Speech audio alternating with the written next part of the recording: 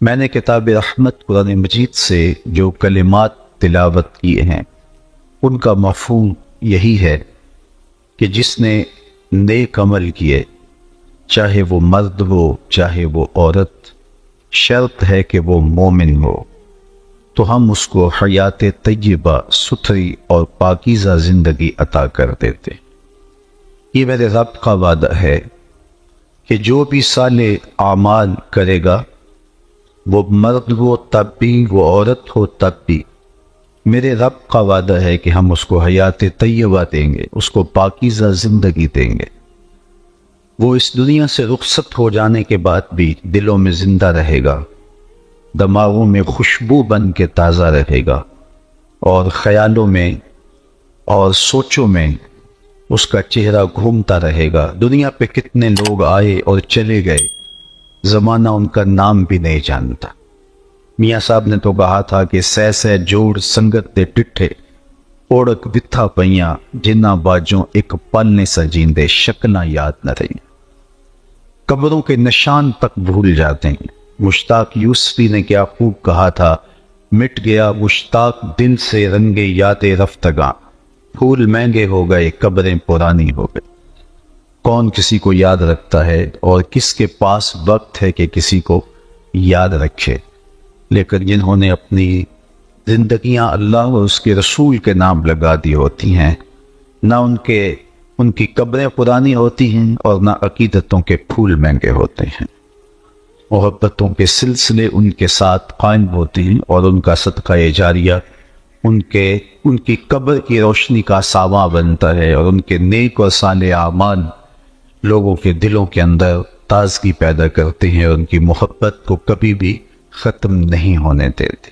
تو کہا جس نے بھی نیک عمل کیا، چاہے وہ مرد ہے چاہے وہ عورت ہے، شرط ہے کہ وہ مومن ہے، فَلَنُحْيِيَنَّهُ حَيَاتًا طَيِّبَةً، ہم اسے ستھری اور پاکیزہ زندگی عطا کر دیتے ہیں۔ امام قرطبی علیہ رحمہ لکھتے ہیں کہ پاکیزہ زندگی کا تصور دنیا کے اوپر اس کو یہ نصیب ہوتا ہے کہ وہ ایک مطمئن زندگی بسر کرتا ہے۔ جب خوبصورت اعمال کے ذخیرے سے اپنے نامہ اعمال کو پر نور کرتا ہے ایک بندہ مومن، تو پھر اس کی مطمئن زندگی ہوتی ہے۔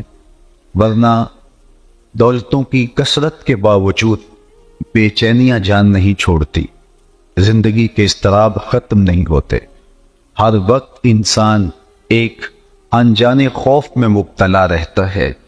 لیکن اگر وہ اپنے آپ کو نیکی کی راہوں پہ ڈال دیتا ہے، اللہ اس کے قلب کو طمانیت کا نور نصیب فرماتا ہے۔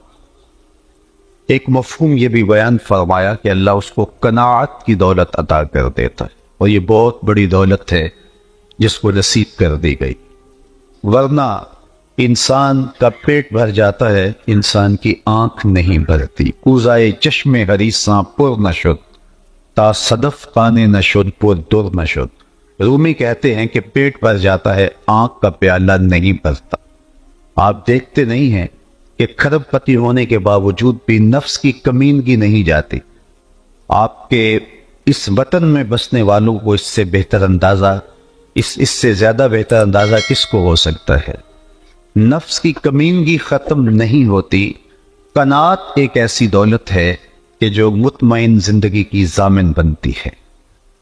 شیخ سعدی شیرازی فرماتے ہیں کہ پیٹ بھرتا ہے لیکن آنکھیں نہیں بھرتی۔ آنکھوں کو دو چیزیں بھرتی ہیں، یا قبر کی مٹی بھرتی ہے، یا صبر کا اور قناعت کا پانی بھرتا ہے۔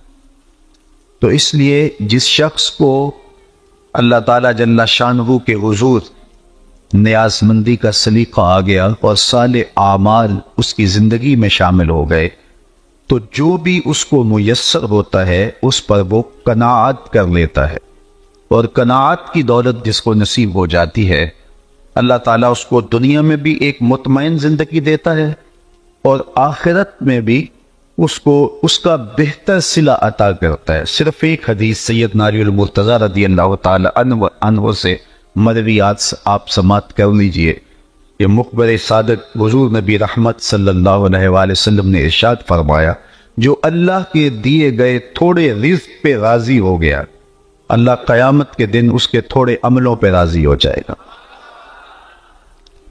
بندے کو تو ضرورت تھی، لیکن ضرورت کے باوجود بھی اللہ کی تقسیم پہ راضی ہو گیا کہ مالک تو نے مجھے جس حال میں رکھا ہے میں اس پہ مطمئن ہوں، اس پہ میں بابا راضی ہوں۔ تو جو اللہ کی تقسیم پہ راضی ہو گیا، نہیں ہوگا تو پھر بھی کیا ہوگا؟ ہوگا تو وہی۔ کسی نے حضرت واصف علی واصف سے پوچھا تھا کہ غم کسے کہتے ہیں، تو انہوں نے کہا اللہ کی مرضی اور اپنی مرضی میں فرق کا نام غم ہے۔ بندہ چاہتا ہے کہ یہ ہو اور اللہ چاہتا ہے کہ یہ ہوگا وہی جو رب چاہے گا۔ تو آپ اپنی مرضی کو اللہ کی مرضی سے جب الگ کریں گے تو زندگی دکھوں کا مجموعہ بن جائے گی، اور جب اپنی مرضی کو مالک کی مرضی میں فنا کر دیں گے تو وہ دکھ بھی سامان راحت بن جائیں گے۔ جب اپنے آپ کو اس کی مرضی میں فنا کر دیا تو یہ اس کی رضا کے سانچے میں ڈھال کر کے آپ ایک مطمئن زندگی بسر کرتے ہیں، ورنہ ساری زندگی عدم اطمینان کا شکار رہیں گے۔ وہ کیا کسی نے کہا نا، جی سونا میرے دکھ وچ راضی تے میں سکھ نو چلے ڈاواں۔ تو جب بندہ اس کی رضا پہ راضی ہو گیا، اس کی تقسیم پہ راضی ہو گیا، تو پھر ایک مطمئن زندگی اس کو نصیب ہو گئی، اور اس کے پاس کچھ ہے تب بھی مطمئن ہے، اور اگر اس کے پاس نہیں ہے تو تب بھی مطمئن ہے کہ یہ میرے رب کی رضا ہے، میرا رب مجھ کو اس حال میں رکھنا چاہتا ہے اور میں اس حال پہ مطمئن ہوں۔ تو اللہ تعالیٰ کی طرف سے جو کیفیت بندے کے اوپر وارد ہوتی ہے اس پر وہ مطمئن ہو، جو اس کا حال ہوتا ہے اس پر اس کا اطمینان ہو، تو یہ ایک دولت ہے۔ تو کہا جو اللہ کے دیے گئے تھوڑے رزق پہ راضی ہو گیا، اللہ قیامت کے دن اس کے تھوڑے عملوں پہ راضی ہو جائے گا۔ اب ذرا اس کا دوسرا رخ بھی دیکھ لیجئے، یہ تو حضور علیہ السلام کا فرمان ہے۔ اب جو اللہ کے دیے گئے تھوڑے رزق پہ راضی ہو گیا، اللہ قیامت کے دن اس کے تھوڑے عملوں پہ راضی ہو جائے گا، اور جو اللہ کے دیے گئے زیادہ پہ بھی راضی نہ ہوا تو پھر وہ دیکھے کہ اس کا حساب کس طرح ہوگا اور وہ اللہ کا سامنا کس طرح کرے گا۔ تو یہ ایک دولت ہوتی ہے، اور یہ صالح اعمال کا نتیجہ ہوتا ہے جو بندہ مومن کو اللہ تعالیٰ عطا فرماتا ہے۔ حیات طیبہ کا ایک مفہوم یہ بھی بیان کیا گیا کہ رزق حلال، یعنی اللہ تعالیٰ جل شانہ جس بندے کو پسند کرتا ہے اس کو رزق حلال نصیب کرتا ہے، حرام سے اللہ اسے محفوظ کر لیتا ہے، کیونکہ رزق حلال کی دولت ایک ایسی دولت ہے جو اللہ کے قرب کی ضامن بن جاتی ہے اگر ایمان اور صالح اعمال پائے جائیں۔ اور اگر رزق حلال میسر نہیں ہیں تو آپ کے سجدے، آپ کی نمازیں اور آپ کے دیگر اعمال اللہ کی قربت کا ذریعہ نہیں بنتے۔ حضور نبی رحمت صلی اللہ علیہ وآلہ وسلم نے اس شخص کا ذکر کیا کہ جو ایک طویل سفر کاٹ کے سین حرم میں جا پہنچتا ہے اور اس کے بال اٹے ہوئے ہیں غبار سے، لباس پھٹا ہوا ہے، سفر کی تھکان چہرے سے عویدہ ہے، یمد یدیہ اور لمبے لمبے ہاتھ کر کے دعائیں مانگتا ہے، لیکن حال کیا ہے؟ اس کا کھانا حرام کا ہے، اس کا پینا حرام کا ہے، اس نے جو لباس پہنا ہوا ہے اس کا تارو کوت حرام سے ہے، اس کو غذا دی گئی ہے تو حرام رزق کی دی گئی، اس کا بدن پلا بڑا ہے حرام کی کمائی سے، تو میرے حضور فرماتے اس کی دعا کیسے قبول ہو؟ نہ صرف کہ اس کی اپنی دعا رد کر دی جاتی ہے بلکہ نیک لوگوں کی دعاؤں سے اس کا حصہ نکال دیا جاتا ہے۔ نیک لوگ دعائیں مانگتے ہیں اور پوری امت کے لیے دعائیں مانگتے ہیں، اپنوں بیگانوں کے لیے دعائیں مانگتے ہیں، لیکن جو شخص رزق حرام کا عادی ہوتا ہے تو ان پاک لوگوں کی دعاؤں میں جس کا حصہ می کی طرح برستا ہے، کہاں کہاں اللہ کی مخلوق موجود ہوتی ہے جو قبروں میں بھی جا چکے ہیں، ان تک بھی اس دعا کا حصہ پہنچتا ہے۔ جب صالحین اپنی تنہائیوں میں دعا مانگتے ہیں، اپنے حجروں میں بیٹھ کر کے پوری امت کے لیے ہاتھ اٹھاتے ہیں اور ان کے اٹھے ہوئے ہاتھوں کی اللہ لاج رکھتا ہے اور ان کی دعا کے ایک ایک حرف کو قبول کرتا ہے، لیکن اگر رزق پاک نہیں ہے تو ان لوگوں کی دعاؤں سے حصہ نکال دیا جاتا ہے۔ اب بتائیے وہ کتنا بڑا محروم ہے اور اس کے پلے کیا باقی بچا اگر اس کا رزق ہی پاک نہیں ہے۔ تو جب کوئی صالح اعمال کرتا ہے ایمان کی شرط کے ساتھ، وہ مرد ہے یا وہ عورت ہے، تو اللہ جل شانہ اس کو جو ستھری اور پاکیزہ زندگی دیتا ہے، اس پاکیزہ اور ستھری زندگی کا ایک روپ یہ ہے کہ اللہ تعالیٰ جل شانہ اس کو رزق حلال نصیب فرما دیتا ہے۔ اللہ تعالیٰ جل شانہ پر رضا کا نصیب ہو جانا، امام قرطبی نے ایک معنی یہ بھی بیان فرمایا ہے کہ اللہ کی تقسیم پہ راضی ہو جانے کا مزاج پیدا ہو جائے۔ تو یہ وہ دولت جس کا اجمالی تذکرہ ابھی میں نے کیا، یہ اس شخص کا مقسوم ہے اور اس شخص کا مقدور ہے جو صالح اعمال ایمان کی شرط کے ساتھ کرتا ہے۔ یہ تو ہے اس کا دنیا کے اندر صلہ، لیکن اس کی آخرت بھی خوبصورت ہوتی ہے۔ اللہ اسے مغفرت کے نور سے مالا مال کرتا ہے، اس کو غفران و رحمت کے پردوں میں ڈھانپ لیتا ہے، اس کی زندگی کی کوتاہیوں سے اللہ درگزر فرماتا ہے، اللہ اکبر، اور اس کا حساب آسان بھی فرماتا ہے، اور اس کا نامہ اعمال دائیں ہاتھ میں قیامت کے روز دیا جائے۔ تو یہ صالح اعمال کا نتیجہ ہے جو اس کا مقسوم ہوگا، اللہ اکبر۔ اور حیات طیبہ کا یہ بھی مفہوم ہے کہ وہ اس دنیا سے رخصت ہونے کے باوجود بھی دلوں میں، دماغوں میں، روحوں میں بن کے، زندہ بن کے اپنی زندگی کی بہاری لوٹاتا ہوا محسوس ہوتا ہے۔ دنیا کے اوپر کتنے لوگ آئے اور چلے گئے، ان کا نشان بھی باقی نہ بچا۔ آل ساسان نے 3150 سال ایران پہ حکومت کی ہے، اور آج ان 150 حکمرانوں کو جو یکے بعد دیگرے تخت نشین ہوئے، میں اگر پوچھوں کہ کسی ایک کا نام بتائیں تو شاید چند علماء اور تاریخ کے جو گہرے شناور ہیں ان کے علاوہ کوئی نام بھی نہیں بتا سکے، جو اتنا طویل دور حکمرانی رکھتے تھے، اور 150 حکمران یکے بعد دیگرے ایک ہی خاندان کے تخت نشین ہوئے اور 3150 سال تخت ایران پہ متمکن رہے، آج ان کا نام بھی زمانے کو یاد نہیں ہے، اللہ اکبر۔ اقبال نے کہا تھا نا، اقبال یہ کس کے عشق کا فیض عام ہے، رومی فنا ہوا حبشی کو دوام ہے۔ کہاں ہے شہنشاہ روم؟ میں اگر آپ سے پوچھوں جس زمانے میں میرے حضور آئے تھے اس زمانے کے خاقان کا نام کیا تھا؟ اس دور کا بہت بڑا شخص گزرا ہے، لیکن آپ میں سے اکثر کہیں گے جناب ہمیں کوئی غرض نہیں ہے اس کا نام یاد رکھنے کی۔ اچھا چلو میں پوچھتا ہوں، اس دور کے کیسر کا نام کیا تھا؟ تو بہت سارے اس سے بھی معذرت کر دیں گے۔ چلو مزید آسان کر دیتا ہوں، اس دور کے کسرا کا نام کیا تھا؟ اس دور کی سپر پاور تھی اور اس کا حکمران، لیکن بہت چند لوگ مجھے کسرائے ایران کا نام بتائیں گے، اور اگر میں اس مجلس میں موجود سب سے کم عمر بچے سے پوچھوں کہ میرے حضور کے مؤذن کا نام کیا تھا، تو وہ سر اٹھا کے بلال حبشی کا نام لے گا یا نہیں لے گا؟ یار خاقان کا نام تو زمانے کو یاد نہیں ہے، کیسر کا نام تو زمانے کو یاد نہیں ہے، کسرا کا نام تو زمانے کو یاد نہیں ہے، لیکن بلال حبشی کا نام بچے بچے کو یاد ہے۔ اقبال یہ کس کے عشق کا فیضام ہے، رومی فنا ہوا حبشی کو دوام ہے۔ تو جو ان سے لپٹ گیا وہ بچ گیا، اور جو ان سے ہٹ گیا وہ پیسا گیا۔ وہ کسی زمانے میں چکی کے ساتھ آٹا پیستے تھے، آپ کو یاد ہوگا، اب تو دور گزر گیا، اب الیکٹرانک چکیاں آ گئی ہیں تو وہ دور نہیں رہا، لیکن جو کم از کم میری عمر کے لوگ ہیں انہوں نے تو وہ دور بچپن میں دیکھا ہے۔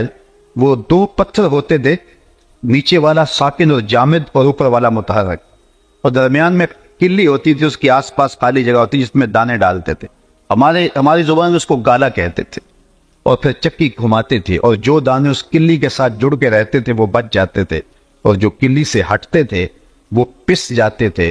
کہا محبوب قسم تیرے زمانے کی انسان خسارے میں، جو تیرے سے جڑ کے رہے گا وہی بچ جائے گا۔ تو کتنے لوگ آئے اور چلے گئے، اور وہ کتنے اپنے آپ کو ناگزیر سمجھتے تھے، تخت و تاج کے مالک تھے، لیکن آج ان کا نشان بھی باقی نہیں بچا۔ لیکن جنہوں نے اپنا تعلق حضور سے جوڑا، وہ ذات کے حبشی بھی کیوں نہ ہوں، ان کو اللہ نے عروج دیا، اور ان کا نام بھی باقی رہا، اور ان کے لیے عزت و احترام کے رشتے بھی دلوں میں موجود ہیں، اور ان کے لیے عقیدت کے رنگ بھی کائنات کے اندر پائے جاتے ہیں۔ تو شرط یہ ہے کہ بس ان کے ہو جاؤ، فَلَنُحْيِيَنَّهُ حَيَاتًا طَيِّبَةً۔ اور اقبال کا ایک نظریہ ارتقاء ہے، بات لمبی ہو جائے گی، اس میں وہ آخر میں کہتے ہیں کہ فطرت ہستی شہید آرزو رہتی نہ ہو، خوب تر پیکر کی اس کو جستجو رہتی نہ ہو، موت کو سمجھا ہے غافل اختتام زندگی، یہ ہے شام زندگی صبح دوام زندگی۔ یہ زندگی کی شام ہے، یہ ایک گھر سے دوسرا گھر بدلتے ہیں اور ان کے لیے احترام کے رشتے باقی رہتے ہیں، عقیدت کے رشتے باقی رہتے ہیں، یہ خوشبوئیں بن کے دماغ میں بسے رہتے ہیں اور یہ دلوں کے اندر یاد بن کے قائم رہتے ہیں اور ان کی محبتیں سلامت رہتی ہیں۔ یار جو حضور سے جڑ گیا وہ فنا کیسے ہو سکتا ہے؟ جو ان کا ہو گیا اس کا نام کیسے مٹ سکتا ہے؟ اس کا نشان کیسے مٹ سکتا ہے؟ ان کا ہونے والا تو سرخرو ہو جاتا ہے اور ان کے ساتھ وابستگی رکھنے والا کامیاب اور کامران ہو جاتا ہے۔ فَلَنُحْيِيَنَّهُ حَيَاتًا طَيِّبَةً، یہ حیات طیبہ کا روپ ہے۔ ربعی بن حراش بہت بڑے بزرگ گزرے، جلیل القدر تابعی بھی ہیں۔ ان کے بھائی تھے ربیع بن حراش، یہ ساری زندگی ہنسے نہیں، فرماتے تھے کیا خبر میرا انجام کیا ہوگا، جب تک یہ یقین نہ ہو کہ میرا انجام کیا ہو تو اس وقت دھڑکا تو ہر لمحے لگا رہتا ہے کہ نہ جانے میں کس کھاتے میں۔ عید کے دن لوگوں نے فاروق اعظم رضی اللہ تعالیٰ عنہ کو روتے ہوئے دیکھا تو کہا آج تو خوشیوں بھرا دن ہے اور آپ رو رہے ہیں۔ کہا مجھے نہیں پتا کہ میں مقبولین میں سے ہوں یا مطرودین میں سے، میں رد کر دیا گیا ہوں یا میرے روزے قبول کر لیے گئے ہیں۔ تو جب تک یہ یقین نہ ہو، حضرت ابی ملیکہ فرماتے ہیں میں 30 اصحاب رسول سے ملا ہوں، بخاری کتاب الایمان اٹھائیے، 30 اصحاب رسول سے میری ملاقات ہوئی ہے اور کہتے ہیں میں نے ہر ایک کو اپنی آخرت کے بارے میں، اپنے خاتمے کے بارے میں ڈاڈا فکر مند پایا ہے۔ ہم تو 2 نمازیں پڑھ لیں تو دوسروں کو حقیر سمجھنے لگ جاتے ہیں۔ یہ وہ لوگ تھے جن کی آنکھوں نے جمال محمد عربی دیکھا ہے، لیکن فکر مند تھے کہ ہمارا خاتمہ بخیر ہو جائے۔ ہم دیکھتے نہیں ہیں بلعام بن باورا، یہ بنی اسرائیل کا مستجاب الدعوات ولی ہے، جب ہاتھ اٹھا کے دعا مانگتا ہے تو منہ پہ بعد میں پھیرتا ہے، قبولیت پہلے ہوتی۔ لیکن پھر اسی کے بارے میں قرآن نے کہا نا مثلہ کمثل الکلب، اس کی مثال کتے کی مثال ہے، زبان لٹک گئی، زمین چاٹتا تھا مستجاب الدعوات ولی، لڑک کے کہا گیا۔ اسی لیے میاں صاحب بولے پڑھنے اتے مان کرینا تے نہ آکھی میں پڑھیا، پڑھنے اتے مان کرینا نہ آکھی میں پڑھیا، او جبار کہار صداوے متا روڑ دے وے دودھ کڑیا۔ جب تک خاتمہ ایمان نہ ہو، خاتمہ ایمان پہ نہ ہوتی دیر تک دھڑکا لگا ہے، رنگا رنگ سہیلیاں پرن کڑے پر پریا اس کا جانی جس کا توڑ چڑھے۔ کسی نے حضرت بایزید بستامی سے پوچھا، ایک بوڑھی خاتون نے، حضرت ایک مسئلہ پوچھنے آئی، کہا پوچھئے، کہا آپ کی داڑھی اچھی ہے یا میرے گدے کی دم اچھی ہے؟ یہ کوئی مسئلہ مجھے پوچھے پھر جانے کہاں پائے۔ لیکن بایزید بستامی رو پڑے، کہا بڑھیا تیرے سوال کا جواب فی الحال میرے پاس نہیں ہے، یہ تو مرنے کے بعد ہی بتا سکتا ہوں، خاتمہ خیر سے ہو گیا تو پھر ہی کچھ کہہ سکتا ہوں۔ خیر حضرت بایزید بستامی کا 72 سال کی عمر میں انتقال ہو گیا تو بوڑھیا کو خواب میں ملے، اس نے کہا کہ میرا سوال وہیں کھڑا ہے، مجھے بتائیے میرے گدے کی دم اچھی ہے یا آپ کی داڑھی اچھی ہے؟ تو کہا اللہ کا شکر ہے میرا خاتمہ ایمان پہ ہو گیا، اب تیرے گدے کی دم کو میری داڑھی سے کیا نسبت ہو سکتی؟ تو اس نے کہا کہ بتائیے آپ کے رب نے آپ کے ساتھ سلوک کیا کیا؟ تو حضرت بایزید بستامی کہتے ہیں کہ جب میں مالک کے روبرو حاضر ہوا تو میرے مالک نے مجھے پوچھا اے بوڑھے بتا میرے پاس کیا لے کر آئے؟ 72 سال کی عمر میں انتقال ہوا تھا۔ اے بوڑھے بتا میرے پاس کیا لے کر آئے؟ تو میں نے جواباً عرض کی مالک بادشاہوں کی چوکھٹ پہ فقیر آئیں تو شہنشاہ فقیروں کو یہ تو نہیں پوچھتے کیا لے کر آئے ہو، فقیروں کو تو بادشاہ یہی پوچھتے ہیں کیا لینے آئے ہو، میں لے کر کچھ نہیں آیا، تیری رحمت کا سوالی بن کے آیا، اللہ نے بغیر حساب کے میری مغفرت فرما دی۔ تو کہا میں مغفرت تو غفران کے پردوں میں ڈھانپ لیا گیا ہوں، اب تیرے گدے کی دم کو میری داڑھی سے کیا نسبت ہو سکتی؟ تو جب تک یہ یقین نہ ہو کہ میرا انجام کیا ہے، دھڑکا لگا رہے، ڈر لگا رہے۔ مومن کی یہ زندگی ہے۔ سعدی شیرازی کتنی خوبصورت بات کر گئے، ہمارے درس نظامی میں بچوں کو آغاز یہاں سے کروایا جاتا ہے، کتنے حکیمانہ انداز سے وہ باطن کی تربیت کرتے ہیں اور روحوں کے زنگ اتارتے ہیں۔ فرماتے اس دنیا پہ تو آیا تھا تو تو روتا تھا، یہ ہنستے تھے۔ جب بچہ پیدا ہوتا ہے تو اس کا پیدا ہونے کے بعد والدین کو یقین نہیں ہوتا یہ زندہ پیدا ہوا ہے یا مردہ پیدا ہوا ہے، جب تک وہ روتا نہیں ہے اتنی دیر تک جو ہے وہ اس کے بارے میں کوئی حکم نہیں لگتا۔ اس کو استحلال کہتے ہیں ہماری اصطلاح کے اندر۔ جب علماء سے پوچھا جاتا ہے کہ بچہ پیدا ہوا ہے اور اس کے بعد فوت ہوا ہے تو جنازہ پڑھا جائے کہ نہیں پڑھا جائے، تو وہ کہتے ہیں اس نے استحلال کیا ہے کہ نہیں، چیخا ہے کہ نہیں۔ استحلال کہتے ہیں چیخنے کو۔ یہ پہلی رات کے چاند کو جو ہلال کہتے ہیں تو وہ بھی اس لیے ہلال کہتے ہیں کہ اس کو دیکھ کے بھی بچے شور مچاتے ہیں کہ چاند طلوع ہو گیا۔